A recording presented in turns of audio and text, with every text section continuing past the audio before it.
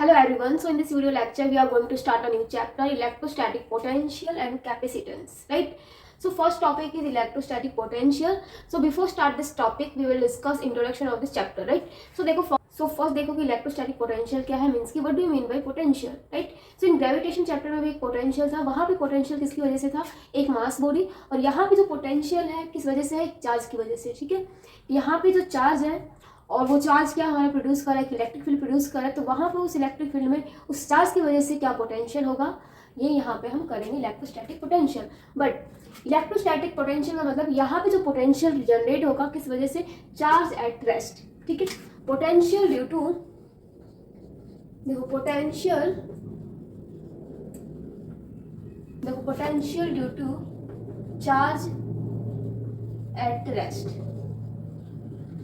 ठीक है? Gravitational potential में वहां पे जो मास बॉडी था उसके लिए टर्म था पोटेंशियल, यहाँ पे चार्ज के लिए है इलेक्ट्रोस्टैटिक पोटेंशियल, मींस कि चार्ज क्या है यहाँ पे, रेस्ट पे। So topic is electrostatic potential. So electrostatic potential at any point in the region of electric field, ठीक है? पोटेंशियल कहाँ पे कैलकुलेट करेंगे हम, रीजन ऑफ इलेक्ट्रिक फील्ड, और वो रीजन किस वजह से है, इलेक्ट्रिक फील्ड का एक हमारे सोर्स चार्ज से, ठीक है? सो डेफिनेशन में जाते हैं, देखो electric potential at any point in the region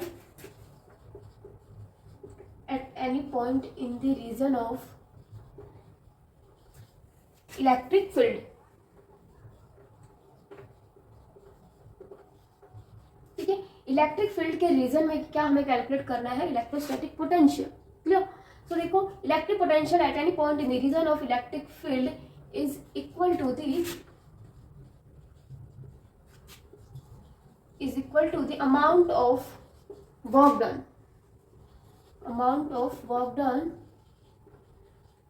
क्या किसके इक्वल, वर्क डन के इक्वल होगा। वो वर्क डन कहाँ से और किस लिए है, is equal to the amount of work done to bring the unit positive test charge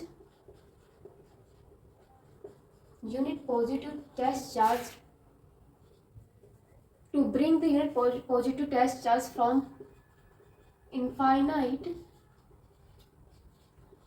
to that electric field region,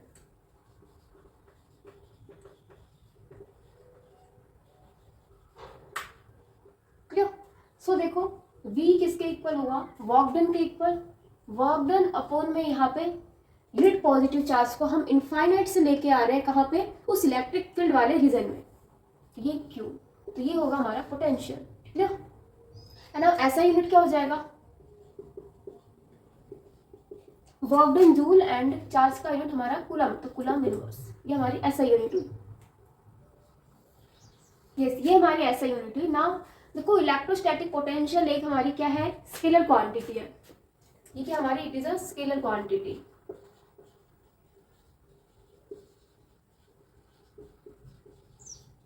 और ये हमारी क्या है, path independent,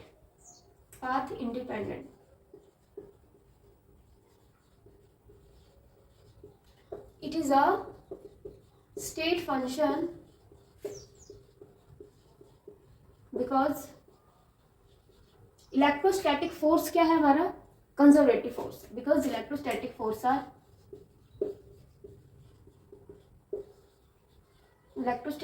are conservative force.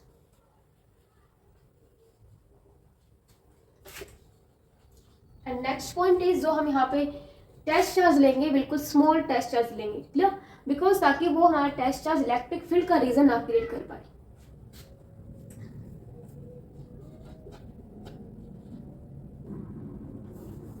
Take small test charge, right? So now देखो again कि electrostatic potential क्या हुआ, कि इलेक्ट्रोस्टैटिक पोटेंशियल हम एक इलेक्ट्रिक फील्ड में फाइंड आउट करते हैं, और वो इलेक्ट्रिक फील्ड हमारा सोर्स चार्ज प्रोड्यूस करता है ना। उस इलेक्ट्रिक फील्ड वाले रीजन में हम क्या, एक another unit positive test charge को इनफाइनाइट पॉइंट से उस रीजन में लेके आते हैं, ठीक है? यूनिट पॉजिटिव चार्ज को इलेक्ट्रिक फील्ड में लेके आने में कितना जो वर्क डन रिक्वायर्ड होता है, वो वर्क डन किसके इक्वल होता है, हमारा पोटेंशियल के इक्वल, ठीक है? यूनिट पॉजिटिव टेस्ट चार्ज को इनफाइनाइट पॉइंट से लेकर उस इलेक्ट्रिक फील्ड में लेके आने में जो वर्क डन होता है, इसको क्या बोलते हैं हम, electric potential, clear? Yes, one point more कि जो हम उस जो यूनिट पॉजिटिव चार्ज को हम लेके आएंगे, सपोज करो यहाँ पे हमारा एक सोर्स चार्ज है Q, source charge, this is a source charge, ठीक है। यहाँ पे एक हमारा क्या जनरेट हुआ है, इलेक्ट्रिक फील्ड, ठीक है, इलेक्ट्रिक फील्ड है यहाँ पे, सोर्स चार्ज ने इलेक्ट्रिक फील्ड जनरेट किया है। नाउ हमें एक यूनिट पॉजिटिव टेस्ट चार्ज को इस रीजन में लेके आना है, ठीक है, इनफाइनाइट से, वो हमें इनफाइनाइट सपोज करना है कि मतलब कि वो ज़्यादा डिस्टेंस होता है, इसलिए हम उसको एक इनफाइनाइट लेते हैं, पॉइंट P है, तो यहाँ पे यूनिट पॉजिटिव टेस्ट चार्ज है, इस Q चार्ज को हमें इस रीजन में लेके आना है, सपोज करो Q पॉइंट पे, ठीक है। ऑब्वियसली ये हमारा सोर्स चार्ज है प्लस, एंड ये हमारा कौन सा टेस्ट चार्ज प्लस है, तो ये इसको क्या करके किस टाइप का फोर्स लगाएगा, रिपल्सिव फोर्स लगाएगा, clear, away from the point P। तो इस डायरेक्शन में यहाँ पे रिपल्सिव फोर्स लगेगा, क्लियर। इलेक्ट्रोस्टैटिक फोर्स किस टाइप का लग रहा है यहाँ पे, रिपल्सिव।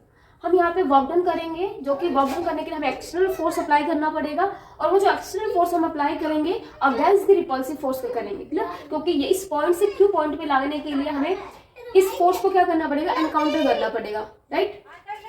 सो नाउ हमने अपोजिट डायरेक्शन में क्या लगाया, हमने F एक्सटर्नल फोर्स लगाया, यस। यहाँ पे जो हम एक्सटर्नल फोर्स जो अप्लाई करेंगे बिल्कुल ऐसे अप्लाई कर रहे हैं कि यहाँ पे स्पीड चेंज नहीं होना चाहिए और चार्ज में एक्सीलरेशन प्रोड्यूस नहीं होना चाहिए, राइट। तो यहाँ पे नेक्स्ट पॉइंट हमें रिमेंबर रखना है, फोर्स अप्लाइड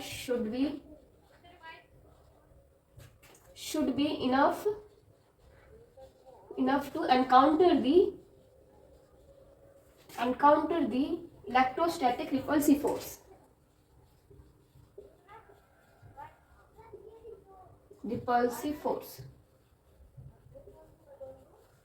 राइट। तो यहाँ पे जो रिपल्सिव फोर्स लगेगा हमें उसे थोड़ा सा ज्यादा फोर्स लगाना पड़ेगा, तभी ये हमारा चार्ज क्या करेगा, मूव कर पाएगा, ठीक है। बट इतना भी नहीं लगाना कि उसमें एक्सीलरेशन प्रोड्यूस हो जाए, उसकी स्पीड चेंज हो जाए, बिल्कुल चेंज नहीं होनी चाहिए, बिल्कुल स्मॉल। अगर यहाँ पे एक पॉइंट पे इतना हो तो सेकंड पॉइंट पे इतना, बिल्कुल स्मॉल डायलेक्स डिस्टेंस होना चाहिए, डायलेक्ट फोर्स अप्लाई होना चाहिए, एंड यहाँ पे एक्सीलरेशन बिल्कुल नहीं होना चाहिए, no change in speed and no change in acceleration. Next point है हमारा no change in speed and acceleration and kinetic energy, clear. तो यहाँ पे अगर स्पीड में चेंज नहीं होता, एक्सीलरेशन में भी चेंज नहीं होगा, स्पीड का चेंज नहीं होना मतलब काइनेटिक एनर्जी में भी चेंज नहीं होना, ठीक है।